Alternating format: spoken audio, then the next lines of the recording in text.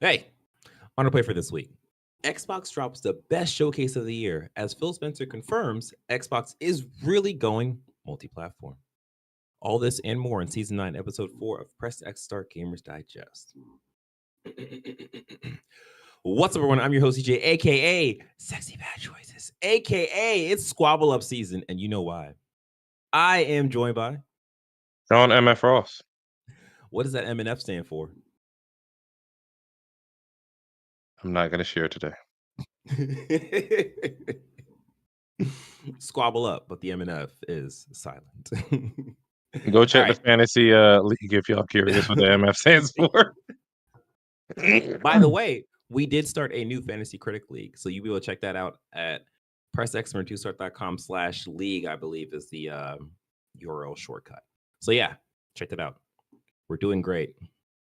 We're doing great. All right. Now you know who we are and more about us. This is Press X Start Gamers Digest, a video podcast/show that condenses the most important gaming news from this past week into an hour-long meal just for you. We are live on YouTube every Sunday because we made it. You know, because life is hard. But listening to us is easy. Yes, it is. Yes, it is. Don't forget to support us by liking this video, subscribing to this channel, and hitting the notification bell for this video. If you are listening, we greatly appreciate you leaving us a review on Spotify or whatever podcast service you are using. And if you want, you can join our conversations by joining our Discord at pressxmer2start.com/Discord. Yeah, join us. We're cool. All right, with that out the way, let us jump into the gaming news with number one. Xbox Developer Direct, Xbox? Wow. Xbox Developer Direct, January 2025. All the biggest announcements. This comes to us from GameSpot. By way of scrolling up, Cameron Koch. All right, so yes, Xbox just dropped their not just, a couple days ago. They dropped their Developer Direct, and I think it was a pretty strong showing. But I think the most important thing is that in our last episode, we were guessing at what that special little thing was going to be, and Sean nailed it. Completely nailed it. Between the eyes. They started off with Ninja Gaiden 4. I call that shit. Yeah, I'll go back and say, matter of fact, Marcus, stick it in there somewhere. Pause. Sorry about that, guys. Oh no. Yeah, I don't know how I call that, but I mean, what else was there really? Yeah, I think that's kind of what it was. Like I'm playing the trailers for the games now. Yeah. But yeah, it was a thing of like there's not that much options Legendary. Really yeah. Japanese IPs that haven't been in the zeitgeist in a while. So yeah. And at least for me, my history with Ninja Gaiden, like the first time I played Ninja Gaiden game was on the original. What? Why you say it like that? Ninja Gaiden? If I you mean Gaiden? You want me to say Gaiden? Oh, my history with Ninja Gaiden. But yeah, like the first time I played a Ninja Gaiden game was on an Xbox. Yeah. And I never played the originals? Mm-mm. Okay. Nope. I played like Shinobi. Like that was my ninja game that I played. Yeah. Or whatever. But like I never played a Ninja Gaiden game. I mean, and like I didn't really have a good time with it when I played it on Xbox because it was even at that time was a hard game, and I was just like, this just isn't for me right now. But to see it in the new light now, it's like, oh, this is actually pretty cool, and I think this definitely fits in the action. I don't want to call it RPG. It's like action hack and slash kind of renaissance we're in right now. Hack and slash is action. I mean, I don't know. Yeah, you're right. Yeah, but like we're in that renaissance right now. Like we got a trailer for Phantom Blade Zero. Last year we had Black Myth Wukong. Of course, you have the Elden Ring, Souls like or whatever. Like even last year they showed a bunch of sort of actiony Souls mixed kind of games, and like we think about it, Ninja Gaiden, that is sort of the precursor to the like really like hard action games. So it makes sense that it comes back now. And then, I think this is a really, really good, a good grab for Xbox. Well, for all the consoles, because we're gonna talk about that a little later. Yeah. So what was your feelings on this? I was never too heavy into Ninja Gaiden. Of course, I Yeah. didn't have the original Xbox. As you said, I was more into Shinobi back then. So I mean, Okay. like, I don't know if you played Shinobi when it came out on PS2. No. Mm-mm. They had rebooted or whatever you want to call that. But Yeah. I'm looking to see if this is on PlayStation Plus because I'm not opposed to trying it. So Yeah, I don't think it's gonna be on. I think you just have to buy it outright, unless there's gonna be some no. kind of I don't mean Ninja Gaiden 4 or Part 2 or whatever the hell. I just mean if you're curious to try a Ninja Gaiden game. Oh, Because I well, mean, actually, if you are curious to try a Ninja Gaiden game, the next thing that they dropped after this trailer was the Ninja Gaiden 2 remake, or Ninja Gaiden 2 Black remake. Again, I don't have much experience with Ninja Gaiden, so it's just like, oh, I guess this is cool. People seem happy. That's great. But that was the shadow drop, and that is out now. All these games that we're talking about, of course, are available on Game Pass day one or whatever. And then the remake is $50 if you get it on PlayStation. It also, if you have a Pro, there's also enhancements that way. So that's cool for those people who have the Pro, like Sean. hey man. So yeah, I think this was a very good package, and I think it's actually pretty interesting that the first thing they show is their surprise game. So it's just like at this point, we knew what was the rest of the slate, and I'm kind of back and forth about like if that was the best way to show off these games, because I think having that one more thing at the end, I guess I'm just also just accustomed to that. Like that feels like a really cool way of ending like a good showcase, and this was a good showcase. So it's like, oh man, they just kind of, you know, I don't want to say they fired their load real quick, and it was just like, all right, well, okay, cool. So yeah, the next game is next game they showed was South of Midnight. This game continues, at least for me, to be South very of like. DEI. I'm sorry. Hey man, I really hope this game does well. Like, and of course, and the reason Yeah, why I yeah, say yeah. that is because I know it is going to get dinged for Beat that. And like, beat to oh, it's hell, yeah. yeah. Oh, it's a black person. It's a black lady character. Oh, people are gonna just Why they gotta put politics in all my game? Yeah, exactly. That's exactly. But like, Fucking I Christ. think the game looks great, and like my only issue Is the frame rate for the characters. That it's shit not even is frame rate. unnecessary. I feel like the frame rate is a nice touch, but I don't even think it's necessary. Like it's not like how to best describe it. The combat doesn't follow the same frame rate stuff. So it Hence, jumps. the rest of it was unnecessary. Yeah, no, you're right. Yeah, exactly. So like that kind of that's a weird like juxtaposition for me. So it's just like, okay. But I think the story is cool. I think the art design, the art direction, all that stuff looks amazing. This is coming out April 8th. For right now, it is an Xbox exclusive, but per Phil Spencer's words, it's not going to be Timed exclusive for exclusive. long. Yeah, basically. Yeah. Yeah, I mean, I think the game looks really interesting. I think out of the Xbox slate, the games coming out of Xbox or Microsoft Studios, I think this is probably the most unique looking out of the group of games. But yeah, again, it's that thing of I just don't know how it's gonna do because it is so unique. But I'm hoping for it. I'm hoping it does well. The next game that they showed was I gotta say I'm actually really excited for this one. Yeah. Clair Obscur Expedition 33. And this drops April 24th. This is also multi-platform. It's going to be $50 on PlayStation.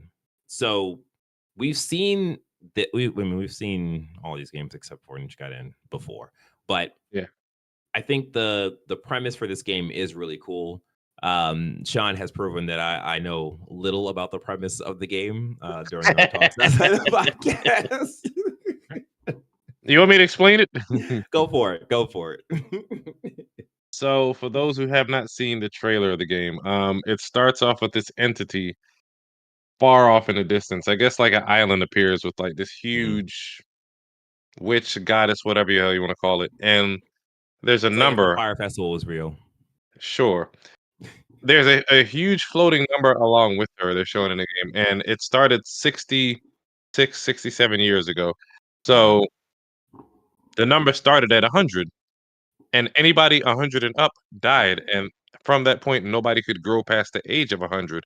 Every year, the number ticked down 98, 99, 98, 97, Right. 96, all the way down to 60, 50. So no one could grow past the age of whatever that number said. And I guess I don't know how long they've been sending out expeditions, but now in the game they're down to 33. So nobody Yeah.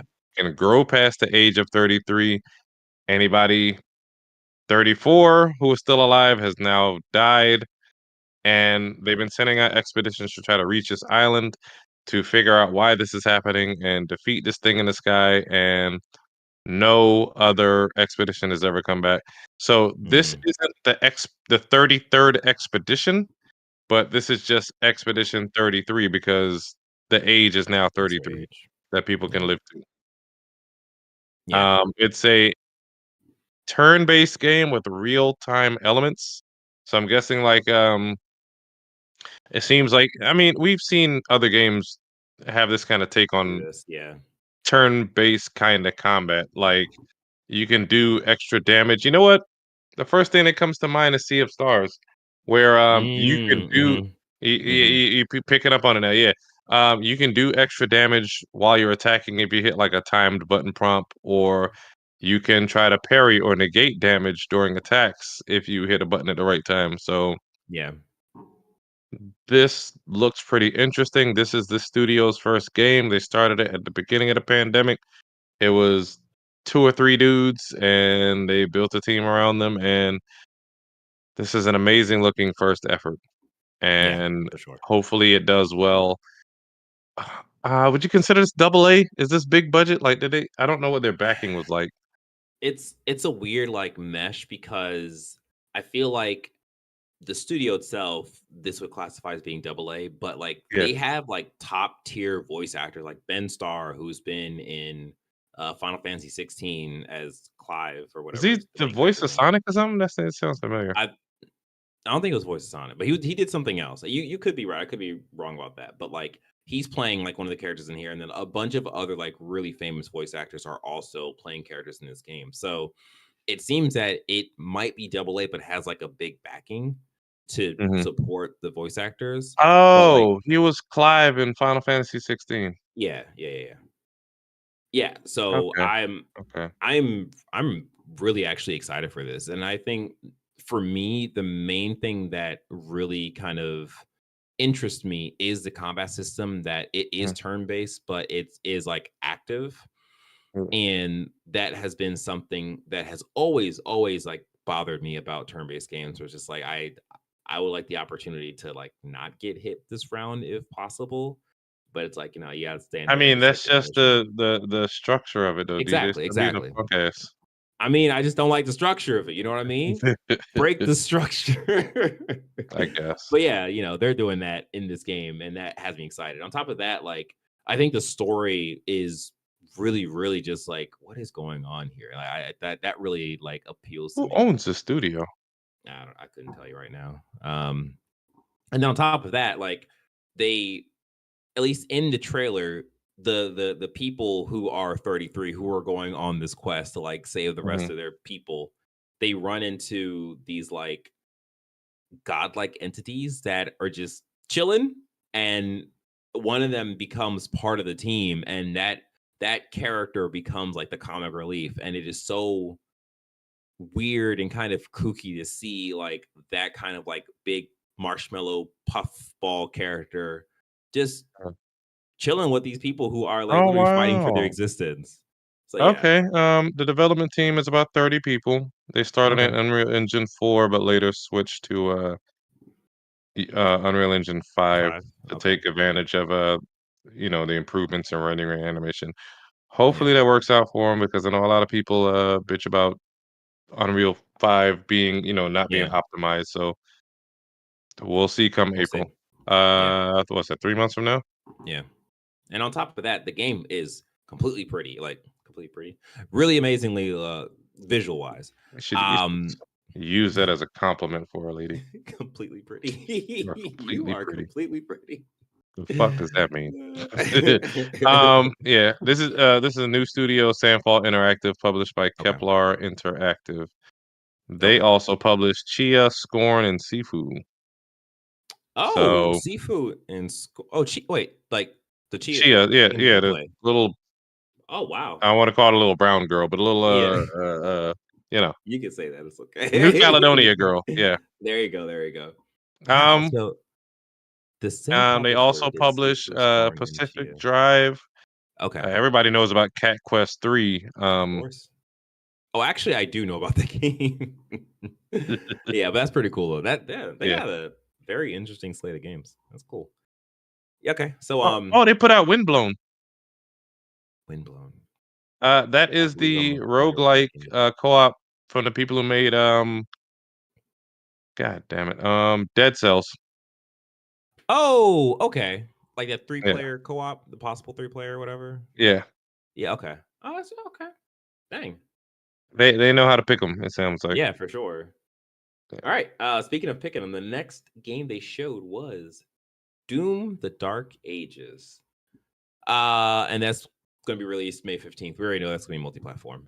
Um, I have Doom is another game that like the last Doom I played was for a computer system Mm. before, the 2016 Doom or whatever. So I'm just like, okay, that's cool. Like it Doom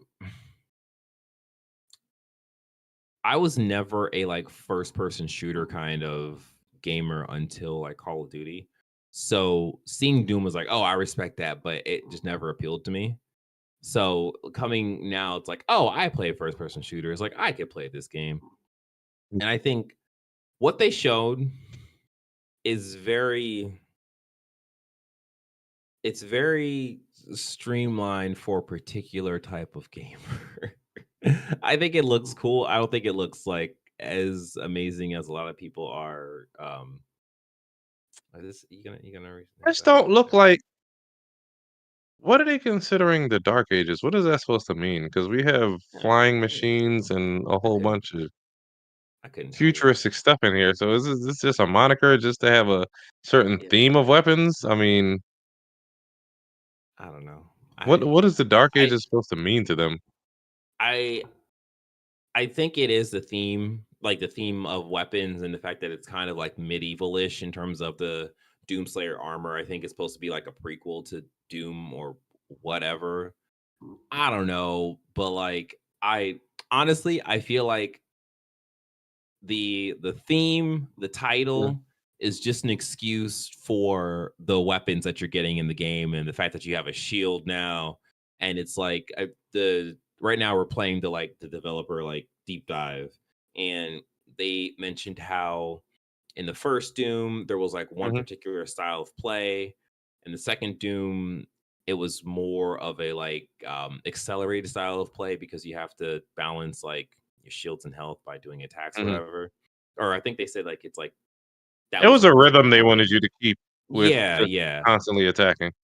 Right. And then for this one, they describe it as a stand and like attack kind of game. So I guess you're going to be moving a little slower than Doom Eternal, but you have this shield that's able to block and absorb attacks, but also you can parry and you can throw the shield like Captain America. So they give you a bunch of options. One of the other big things they Does mentioned is America's that ass come with it? maybe it might be a skin. One of the other options they Eh. they mention is that your glory kill, which was a way of getting your health and ammo back, I think, in internal, now functions a little differently. So it's actually a bit smoother than how it was in internal. But it sounds like they've made like really, really good improvements to this game. That's probably going to make it a great game for the Are you people who are interested waiting in for playing this. it? I don't know. I don't know. Did you play the other Dooms, No, like the I remake? didn't. No, I They're didn't. both on PlayStation Plus. Go check it out. Yeah, Go check out the first one. yeah, I yeah. enjoyed it more than I thought I would. Okay, that's actually I, a good thing. I, I almost went down that path of I'm a platinum this, and then I was Oh, like, really? nah, fuck it. I just won't complete I'm it. But just gonna it play the was very game. enjoyable to play though, so I would recommend Really? trying it. Yeah, Okay, that's cool. I'll give it a try yeah. then. I'll put it on my my wish list, not wish list, whatever PlayStation list thing that they have on Just the just on the download the whiteboard. son, bitch. I guess, yeah. All right, so that's pretty much it for the games. Um, I think overall this was a great kickoff to the year, and this gave us a Yeah. slate for the next 3 or 4 months, 3 months, 4 months Mhm. to April.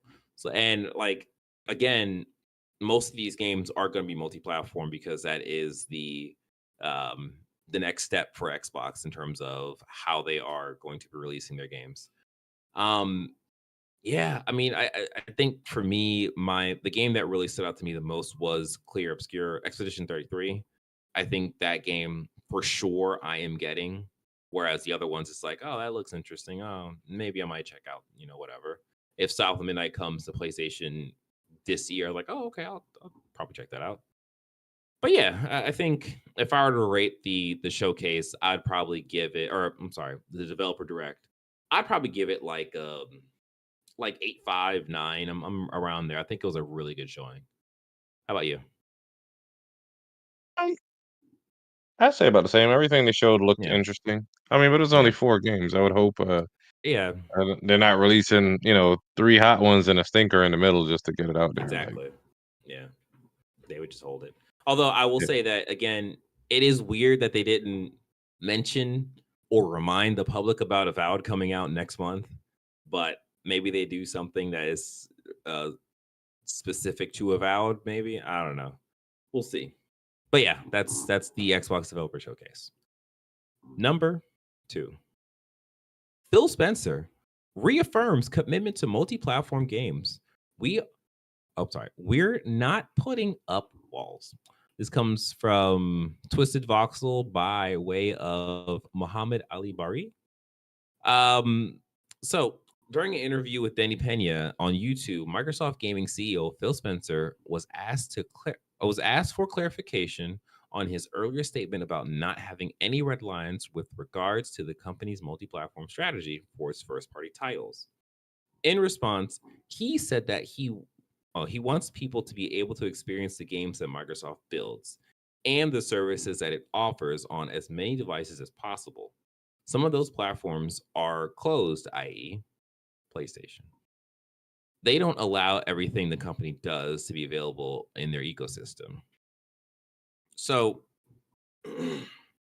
I don't need to continue reading. We know what he's talking about. So basically, Phil Spencer is reaffirming that Xbox games will be going on PlayStation, and there's no red lines. Jordan, there's no red lines. Halo's going to come to PlayStation. Okay. All right. So it'll be an yeah, interesting time. yeah. I mean, but You gonna like, play it? You gonna hop in the Forge?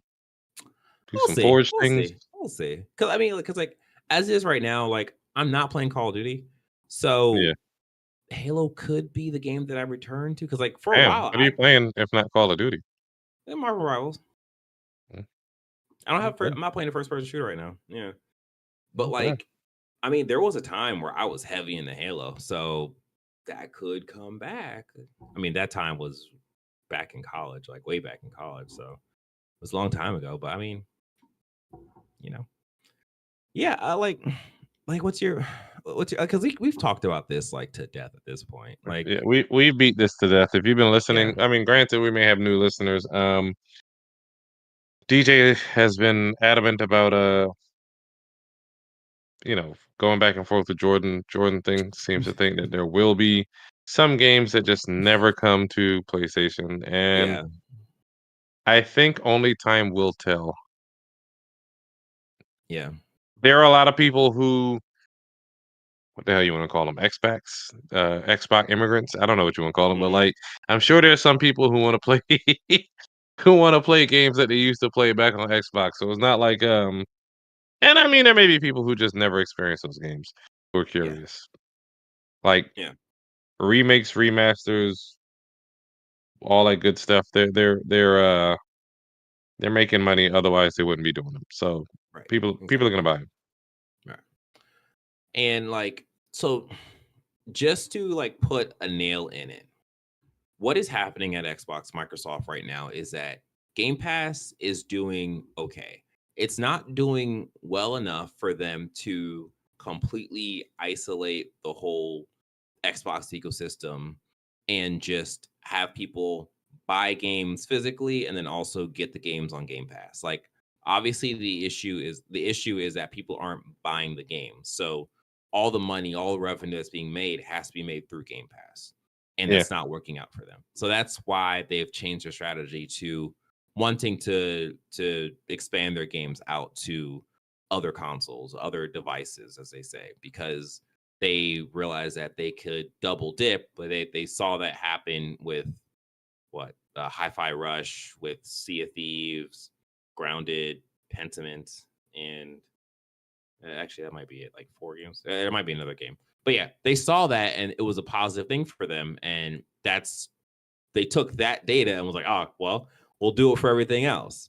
Um, there was another thing on Destin Legary's podcast. He was also talking to Phil Spencer. He directly asked Phil Spencer about Starfield, is that if that's going to stay on Xbox, and Phil Spencer just said no, it's not. So we're going to get Starfield as well, and I think that might be something that happens this year, are you but interested in playing that? not at all, not in the It slightest. was. I don't know if I enjoyed it yet because I mean I played it on Yeah. the phone on Game Oh Pass, yeah, yeah, right, yeah, yeah, so it wasn't. I don't have a full frame of reference for Skyrim. I know that people said yeah, it's Skyrim in space. right, I've never played Skyrim. I've never played much of Bethesda's games. They don't yeah, look like they appeal to me, other than Fallout 4, and I right, didn't get far in that. So we'll right, see. right. Yeah. Like I have no urge to play Starfield Hmm. because them saying that it's like Skyrim. I liked Skyrim. I didn't think Skyrim was as amazing as everyone else thought the game was. I mean, the game was amazing because it literally went everywhere to even to like what the Amazon Echo or whatever. But Hmm. like Star or Skyrim came out, and then the next year Dragon's Dogma came out, and I was like, oh my god, Dragon's Dogma is like so much better than Skyrim. People need to play Dragon's Dogma. Of course, no one listened to me. But Nobody needs to play Dragon's Dogma. hey, man, they should because it's a great game. It's a great game. Get Dragon's Dogma 2. It is still selling, and you could be part of the cult. I mean, the cool people. Join us. Were you about to say the Um, cult? what? No. Why would I say Okay. something like that? That's crazy. Anyways, number 3. December 2024 best-selling games from Matt Piscatella from Blue Sky. This is a Sarcana report. Um, so in a weird way, this stories 1, 2, and 3 kind of reinforce each other. Hmm. So the Sarcana report, I'm just gonna read off the top. I'll read off the top 20 games. Sure, why not? Number 1, we got Call of Duty Black Ops 6. Of course, Call of Duty. Number 2, we got Madden NFL 2025. Number 3, we got EA Sports College Football 2025. Number 4, EA Sports FC 25. Number 5, Mario Party Jamboree, which I guess that makes sense. I'm a little surprised. I didn't think that was going to be as amazing, but again, it's a Nintendo game, so what do I know? What's interesting is that it does not count the digital sales. Yeah, exactly. Yeah. Number 6, we got Sonic's X Shadow Generations, which also like that's I mean, that was actually like really strong though, right? I think that was Yeah. a good one because the shadow levels were good or whatever. Number 7, Hogwarts Legacy, which is still selling. Crazy. No, I'm sorry, that was number 7. Number 8, Astrobot, which actually jumped up some from November's ranking, which was at 13. So that's Yeah. probably from the Game Awards or just like a The Christmas Game Awards boost. push and word of mouth. Yeah, exactly. Number 9, Mario. Oh, sorry, I was about to say Mario Kart. Minecraft, of course, Minecraft is Minecraft. Number 10, NBA 2K25. Number 11, Dragon Ball Sparking Zero. Number 12, Elden Ring. Number 13, yeah, Elden Ring. I mean, Elden Ring is. You know what? Some of these got bumps because of the Game Awards, I'm sure, because Oh Elden yeah, Ring announced the Nightfall. DLC. Oh yeah, and the Everything that was Nightfall. Yeah, probably yeah, nominated. Yeah. yep. That's a good point actually. Um, Number 13, Marvel Spider-Man 2. That is interesting. Yes, they Yeah. spent what quarter of a billion making it, Mm-hmm. Mm-hmm. some shit like that. But Well, no, less than it's because it was still like 300 million. quarter Oh of a no, more billion is more than 250. more than a quarter. Yeah. Anyways. Um, I mean, I just want to say that that's money well invested. Yeah. I mean, that's a staple title. People are going to be buying that for a while. That's Yeah, doing that's great. true. Yeah. Yeah. Number 14, Indiana Jones and the Great Circle. So this is interesting, and this is why I say this kind of reinforces Xbox's new strategy. Hmm. This is, I mean, this isn't including Game Pass because those numbers are tracked differently because that is tracked off of subscriptions to the service versus how many people are. You can't even buy the game. There's no in-app purchase or anything like that. So this is just physical But sales. you can still purchase Well, it okay, yeah, digitally on yes. there. Sorry. What I meant is Yeah. that if you have Game Pass, more than likely you're Hmm. just gonna pay it on Game Pass and just buy the game. So these are people who bought the game but most likely don't have Game Pass, or even have Game Pass and decided to buy the game anyways, just to It's support. interesting that there's enough people not buying it on Game Pass, Hmm. Hmm. purchasing the game, and what I mean by that is that's more than likely a large number of people that just don't have Game Pass at all. Well, I mean, is it though? Because it's number 14, and I think that's where I was actually surprised to see it so low on the charts because just What I'm like saying is, that's not low considering the competition. What I'm saying is, why would you be purchasing it at all if you're getting it for free? yeah, Free. exactly. Like, yeah, exactly. So we're saying the same thing in that like it's low because not that many bought it, but we know that a bunch of people played it and they're playing it through Game Pass.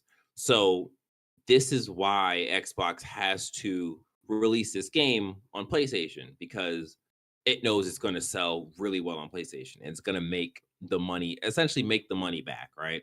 Because we don't know exactly how many subscribers it got from or how many Yeah. subscribers it got onto Game Pass and like how that money actually works out versus the budget of the game and all that stuff. But yeah, It says number 50. sales numbers between 2 and 300K. Okay, okay. Wait, sales numbers between 200 300K? Hmm. Oh, that's really well. I guess that's low. That's really low. But Mm, yeah, you got Game Pass. So number 15, we got Helldivers 2. Number 16, Mario Kart 8. Jeez, man. Switch 2 Mario Kart is gonna sell like gangbusters. Number 17, Mario and Luigi Brothership. Number 18, God of War Ragnarok. Like, what?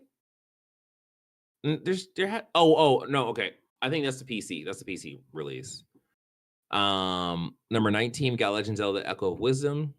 And then number 20, we got Just Dance 2025 edition, which crazy as well. So this is top 20 for December. you know, they should come out with a Just Dance TikTok. Well, I mean, it's probably too little, too late, but Oh yeah, yeah. there was some money to be made on that. Whoa, Oh yeah. that was a Oh missed yeah. opportunity for them. I'm thinking about it now. That was a Oh missed yeah. So opportunity. yeah, so and then Matt Piscatella does a couple of like extrapolating from the data. One of the things he mentioned was video game content spending during the 2024 year increased by 2% to $50.6 billion. This is the second highest total for video game content spending in US history, trailing only 2021's 52.0 billion. I would imagine if GTA 6 comes out this year, along with games like Monster Hunter Wilds and other big titles, I think 2025 might actually take that record, but we'll see. Mm. And then 2024 content spending growth across the mobile, non-mobile subscription and the PC, cloud, and non-console VR segments offset a 11% dip in the spending of video game content for console platforms. I don't think I really know what that means, but yeah, that's the thing that happened apparently in December. Yeah, I don't really. Oh, that's actually the other thing I want to talk about. Marvel Rivals debuted as the #1 title in the US monthly active users on Steam, while ranking third across both PlayStation 5 and Xbox Series X or Xbox Series in that measure. So right now we have Call of Duty as like the #1 game for December. I really think if Marvel Rivals was a paid game, it would have been #1. Like that game it's doing surprisingly well to the point where like it seems like it is just because we're only able to track Steam numbers. It seems like it is Yeah. just pulling players from other games, and everyone is just consistently playing that game. And then on top of that, there was a season 1 drop that happened. Actually, no, it happened this month, so it wouldn't have been tracked last month. But yeah, that game is crushing. It's doing really well. Of course, the question is how long is it going to be on top for? Yeah. But yeah, um, that's pretty much it for those numbers. Before we jump into Assassin's Creed Shadows being good, maybe. Hey, how you doing? Doing good? Like this video, subscribe to the channel, and hit the notification bell. Thank you. If you're listening, please leave us a review on whatever podcast service you're using. We'd appreciate it. All right. Number 4. Assassin's Creed Shadow evolves on Syndicate's twin dynamic. It would have been better if we pushed the two characters much further apart. So this comes to us from Games Radar Plus by way of wait a minute. Ooh, went too far. Oscar Taylor Kent. So this is pulling from there was an interview that happened with the Assassin's Creed Shadows director or developers. I just more so just want to talk broadly about previews for the game. I should probably pull up a video. That would be really good to do. So just to start, Mhm. apparently the delay to this game actually did it wonders.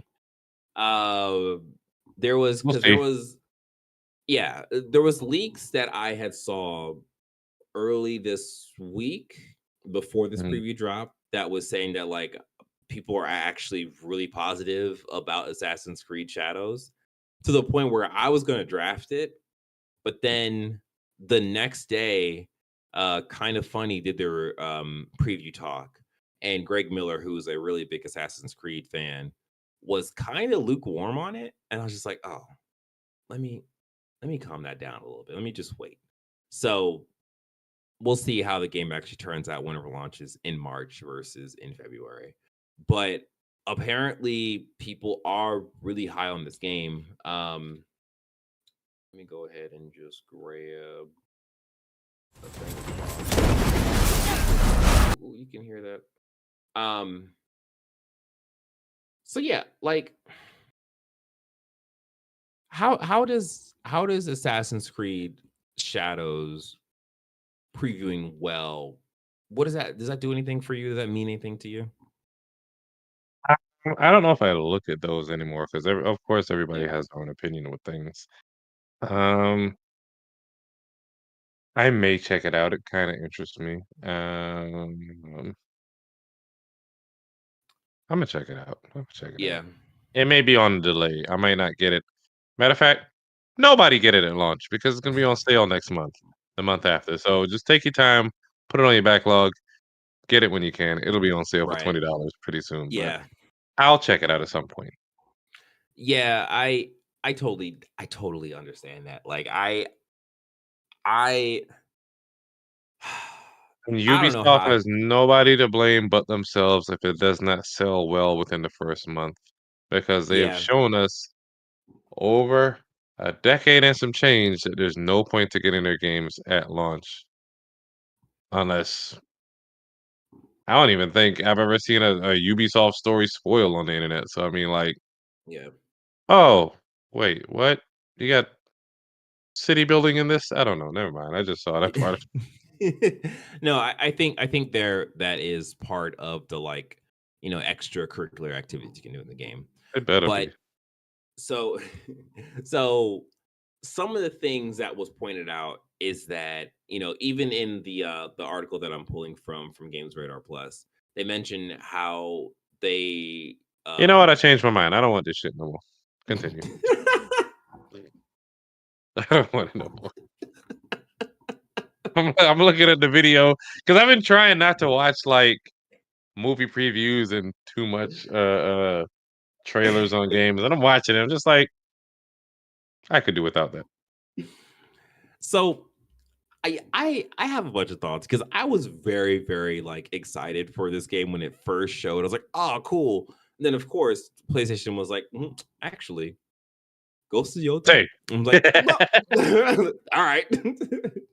But like, so okay, so the positives is that Naoe, who is the Japanese ninja, her who's on screen right now, she plays very different from Yasuke. And it's Mhm. apparent because she's a ninja, Yasuke is a samurai. And the things that have been said over and over is that Yasuke doesn't his combat style and his like traversal style doesn't feel like it doesn't feel like it belongs in Assassin's Creed because he can't climb stuff. He doesn't stealth. And when he takes out or when he assassinates people, he Who is essentially he stealthing around? right, he has the armor on. He like, whatever. I don't But even yeah, mean the when armor, DJ. oh, he's a black man. 6 foot tall black man. Who is he blending in with? Why does that tree have eyes? I don't understand. But yeah, like when he assassinates people, it Yeah. said that he runs up, stabs them, and he's like yelling while he's doing it. So it's just like he's not stealthy at all. Riverside, motherfucker. Right? But like it seems that that's actually kind of taken away from the experience because people are expecting a more stealth play when they're playing Assassin's Creed games because that's kind of what it's Mhm. been like. Yeah. Whereas Naoe, no, I think Sure, whatever. man. The Girl. Yeah, the ninja, the contrast is that she's very stealthy, but apparently her actual like combat is Right. lacking in that Yeah. like she's a little more of course she's going to be more squishy than Yasuke. She can't block attacks, she can only dodge attacks or parry attacks. Mm. So you can get into a situation where also you can pick which character you use, I guess, outside of a mission. So Mhm. you can kind of put yourself in a problematic way where like you have Noi and you get into a combat situation that you can't really deal with because she just doesn't have the combat capabilities that Yasuke does. So it gets in a really weird territory where this is really the first time they have had two characters that are very different from each other, but you're able to play the same missions. Whereas, Assassin's Creed Syndicate, you had the brother and sister, but they're pretty much the same in terms of their, mechanics. So I think it's interesting, but I am totally along the same lines as you, where I'm just like, no matter how good this can be, this is still an Yeah. Ubisoft Assassin's Creed game.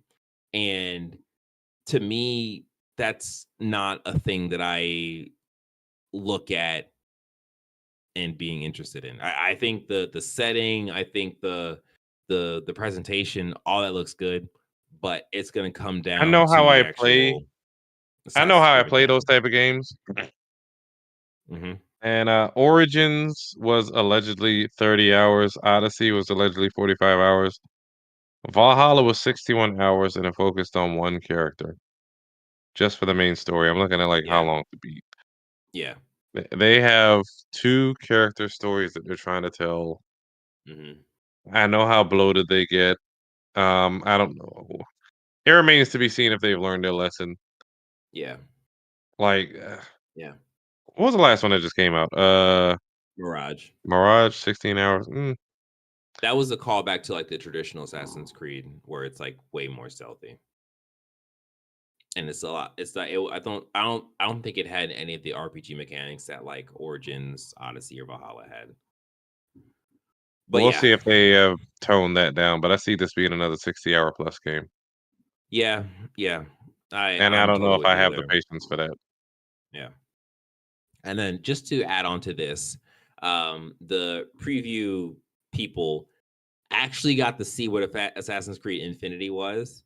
Hmm. And for lack of better words, it's basically like the Call of Duty launcher, where you have these different experiences that you can I think launch we called into. that Yeah, a exactly. while And one ago. of those experiences is just Assassin's Creed Shadows.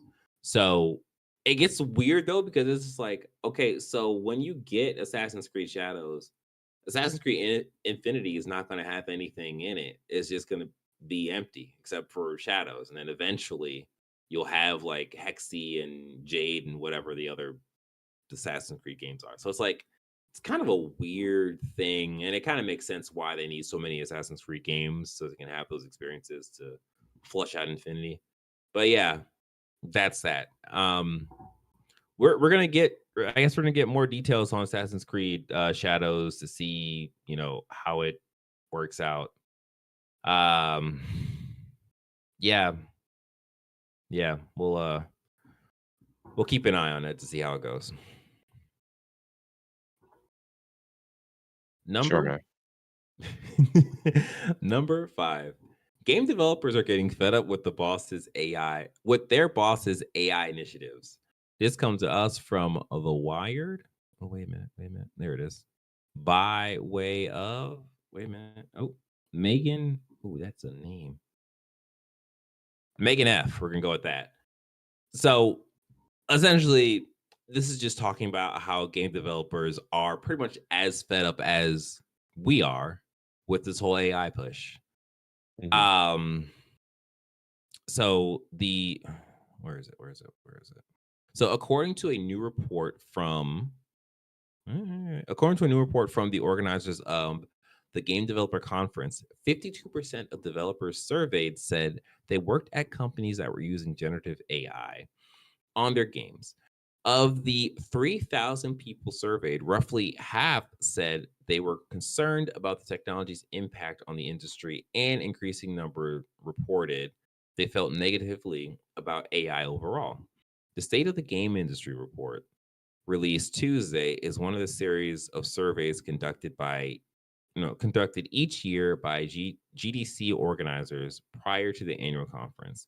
This year's event will take place in San Francisco in March. Um, yeah, man. It's like it's. I think You as an artist, how do you feel about AI? my thing is it's a tool, right? So it's how it's used. Like one of the classic forms of AI tools that are used is called Speed Tree, which allows you to quickly just create a bunch of trees. And Hmm.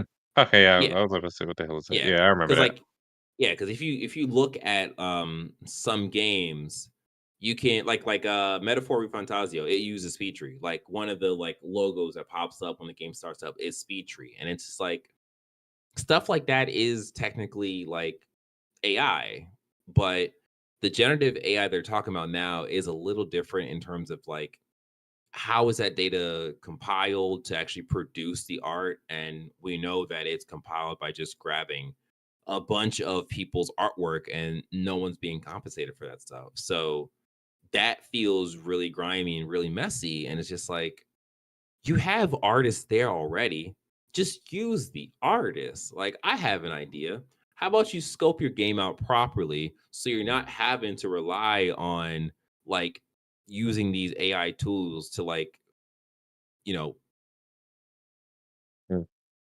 like fill out the spots that you're missing because everybody's overworked essentially. Because just just rescope the game. But yeah, I don't know, man. It's just a thing of, we hear it so much. The times that I have used AI, especially Mhm. like generative AI, I haven't gotten results that I was just like, oh, this is gonna work. Like, it's just been like, okay, well, that was a waste of about 10 minutes. Let me just go create this thing now because the thing that they gave me doesn't really help me or doesn't really work. Gotcha. So yeah, it's just, I totally understand them being like, this is just annoying because it really is, especially in the industry where it's just like, we want smaller I, games. I I think the people at the top asking their employees to use it think that it's going to expedite the workflow when it is doing the opposite of that because Yeah. of what they're expecting from it. What they're seeing on the internet and it's like, "Oh, it can do that. Yep. You go do that now." And Exactly. it doesn't work that way. Yep. Yeah. And it's like the people, the higher ups are being sold on this technology by the people who made the technology. But at the same time, they're not really listening to the developers who are going to be using the technology. So it's just Mhm. like, all right, guys, you just yeah, it's annoying. So yeah, that is it for the gaming news. Before we end this, let us talk about the quick hits with number 6. The next, okay, what's next for Insomniac Games? This comes to us from the PlayStation blog. So we got word that Ted Price, who was the CEO of Insomniac Games, is retiring, or I should say, he's leaving Insomniac Games. Yeah. Um, this is kind of crazy because um he was there for about 30 years or so. Like, he was there for a very long time. And we all, I shouldn't say we all know Ted Price, but like, Ted Price is just a really like public figure when it comes to his position and what he meant to Insomniac. So they're actually going to get 3 co studio heads to replace him, which is crazy to for like for you to realize like how much, how big of responsibility his job was. Like, they're having 3 people replace him. It's gonna be Ryan Schneider, Chad Desner, and then Jen Huang. I don't think I got that last name right. But yeah, there was this whole article on the PlayStation blog talking about, the stuff he did Yeah. and their modalities and how they want to go forward and so on and so forth. The one thing to point out is that in that article, the question was asked about, when will we see Wolverine? And they were very cagey about that. And that, to me, I feel like, okay, we're definitely going to see, we're going to see a trailer for it this year, maybe even get a release date this year, because I feel like it's been around for long enough. If I they were like, it's a next year thing or it's 2 years out, they would have said like, oh, we're still working on I it or whatever. think Sony is not letting anyone under them announce shit unless it's at their showcases Yeah. or directs or whatever. Yeah. So I mean, I understand why they would be cagey about it. Neil They don't want to get in Druckmann was trouble. just cagey about talking about Intergalactic or the name of the Mhm. next thing. Like he said it was ready to show. Sony doesn't want us to show it yet. And then they did their thing at the director, whatever the hell it was recently. So I Yeah. mean, I would not expect any first and second parties to drop any info about games. You're just gonna get it from Sony when they have their showcases and State of directs, play. because otherwise, oh, state of play. Otherwise, Yeah. what do they have to show those if you're gonna be dropping shit here and there? Yeah. So make it more anticipated. Have you salivate over info. Yep. Makes sense. Number 7, Power World Creator launches publishing division. Starts with a horror game from Tales of Kinzara Studio. This is from Polygon. So this is actually really cool because Hmm. the developer's name is Surgeon Studio, I believe. Yeah, Um, yeah, that like there is was, that is very nice because yeah, after the lackluster, you want to call it lackluster? I don't know, of Tales of Kenzara, yeah. I didn't know It if was they were gonna. What are you it gonna say? was It a was what? good. It was. I was gonna say it was a good game. It wasn't to me. It wasn't a great game, but I think it was a good game. I think the story was good. I just like the only thing I had an issue with was the The ending. final Like the boss. ending was the final boss. Like that was just like such a weird like boss to fight, and it's just like why am I doing? I really don't want to do this, Need to but still finish the game. yeah, yeah. But yeah, I think this is really awesome to see that that studio is Mhm. given another shot. They're not making a Tales of Kenzara sequel. They're working on a game that is Do just you a feel like it different game ended entirely. with sequel potential? Not really.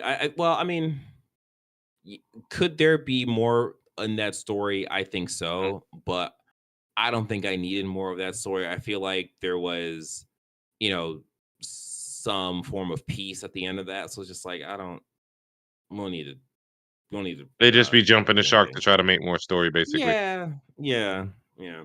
It just seemed like that studio was going under after Mhm. because sales seemed poor, and Yeah. I don't know if you remember all It was the getting public statements he DEI'd or made. Yeah, whatever. yeah, yeah, basically. Yeah, yeah, yeah. It was unfortunate because just like and like that's I will say though, like that's sort of my like hesitance and like fear for South of Midnight.